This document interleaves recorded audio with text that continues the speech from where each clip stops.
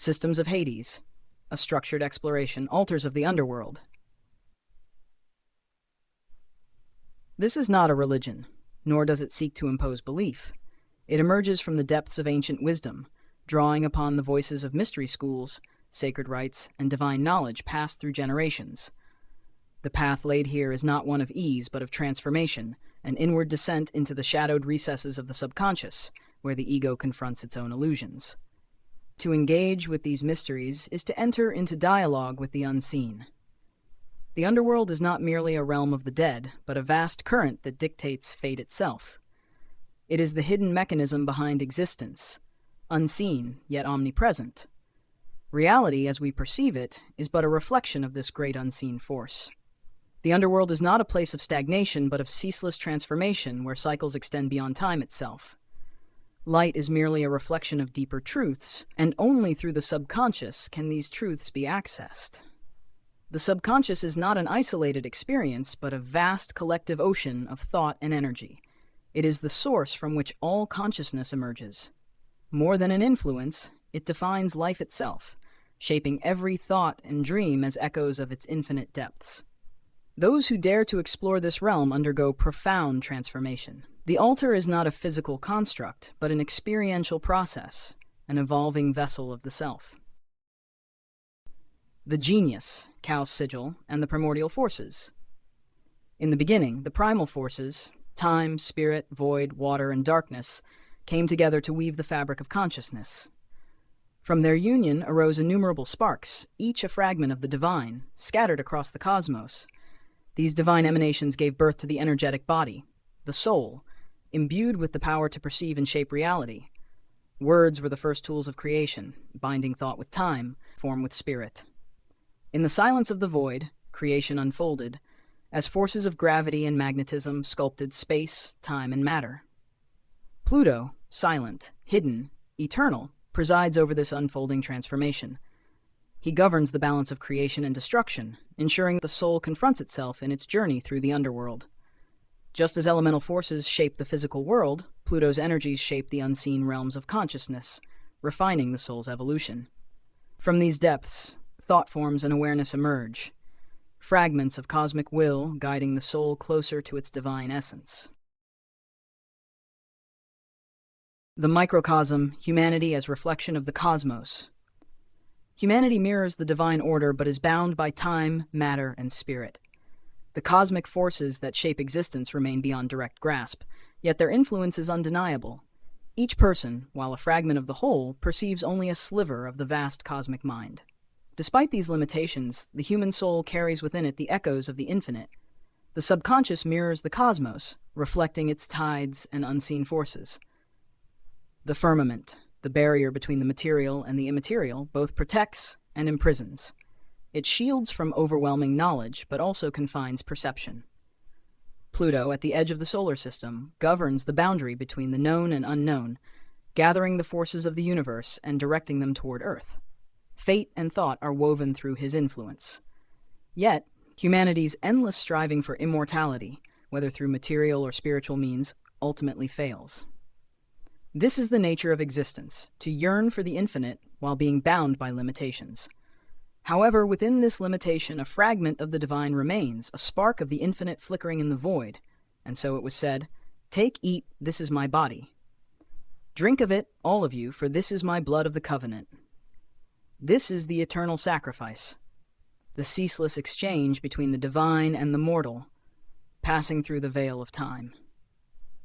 It is the merging of the infinite with the finite, the transformation of the soul through communion with the eternal source. Earth's gift to the mind. Earth, the cradle of consciousness, is where cosmic energies come to rest. She is the vessel where spirit meets matter, where the divine and the mundane intertwine. She alone is the mother of life, shaping existence from the raw materials of the cosmos. Yet, as much as Earth nurtures, she also binds. Her firmament shields but also restricts, keeping the soul tethered to the material realm. Through Pluto's influence, Earth becomes a channel for unseen forces, shaping the mind and guiding it through the subconscious labyrinth. Just as Pluto directs the soul's journey in the underworld, so too does Earth provide the medium for transformation. It is here that the soul learns, evolves, and prepares for its next great passage. The Ancient of Days and the web of interconnected forces. The Earth is not empty of company. Alongside humanity, unseen entities move through existence, forces older than time itself. These are not flesh and blood, but energies, spirits, and thought forms woven into the cosmic fabric. They do not obey the laws of time and space as humanity does, but exist beyond ordinary perception. Among them are deities, not as objects of worship, but as agents of cosmic transformation.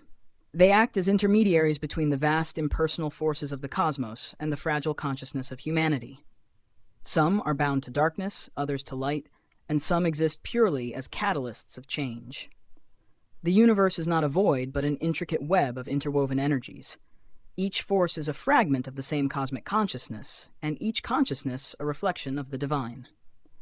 Existence unfolds in cycles of transformation, dissolution, and renewal, endlessly repeating through the interplay of seen and unseen forces. And so, the great work begins.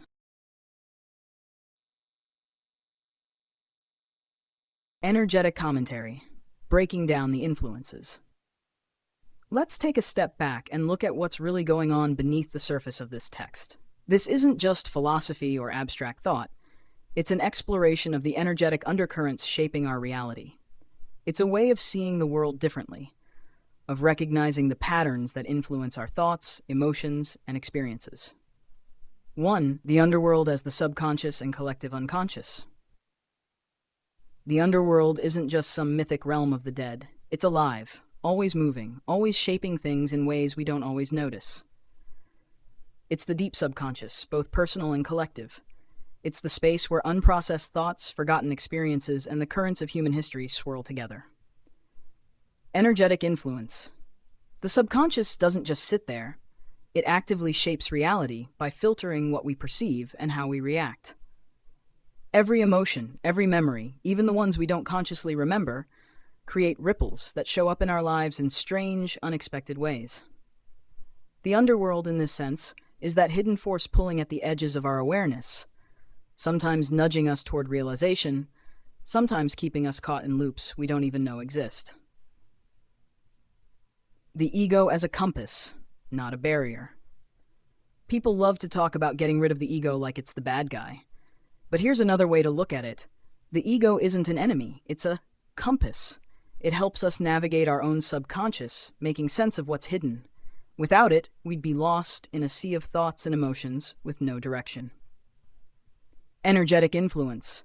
The ego isn't something to destroy, it's something to understand. It's how we relate to the deeper layers of ourselves. A rigid ego keeps us stuck, but a flexible one helps us move through transformation without losing ourselves. Instead of seeing the ego as something blocking the subconscious, think of it as a translator, helping us make sense of what's below the surface. 3. Pluto as the overseer of transformation. Pluto is a force, a presence, a constant push toward deep change. Whether we notice it or not, it's always working in the background, breaking things down and reshaping them. It governs the cycles of endings and beginnings, making sure nothing stays stagnant forever. Energetic influence. Pluto isn't gentle. It forces the unseen into the seen, whether we're ready or not. It doesn't care about comfort, it cares about truth. What needs to be transformed will be transformed. There's no escaping its influence. You can either resist and be dragged through change, or acknowledge the shifts and move with them. 4. Earth as a grounding force. If Pluto is the force of destruction and rebirth, Earth is what keeps everything from completely unraveling. It's the container, the structure that holds things together while transformation happens. Energetic influence. Earth isn't just dirt and stone, it's the framework of existence, the thing that lets change happen without total chaos. It doesn't resist transformation. It absorbs it, processes it, and integrates it into something new. Even when things feel unstable, Earth is still there, still holding space for whatever comes next. 5. The web of interconnected forces. Nothing exists in isolation. Every thought, every force, every being is connected in a vast, unseen web. And in that web, there are entities, energies, things that move through existence in ways we can't always perceive. Energetic influence. Some forces are personal, some are collective, and some are cosmic, shaping things on a level beyond human experience. These aren't just abstract ideas, they're real influences that show up in myths, in intuition, in the patterns of history. The more we recognize the interconnected nature of things, the more we understand that reality isn't random. It's an unfolding, an interplay of forces constantly weaving and rewiring themselves. Final thought. The Systems of Hades isn't just about philosophy, it's about shifting how we perceive reality itself. This is about stepping into a different way of seeing, one where nothing is static, nothing is isolated, and everything is part of an ongoing transformation. Whether we realize it or not, we're always in dialogue with these forces. The question is, are we listening?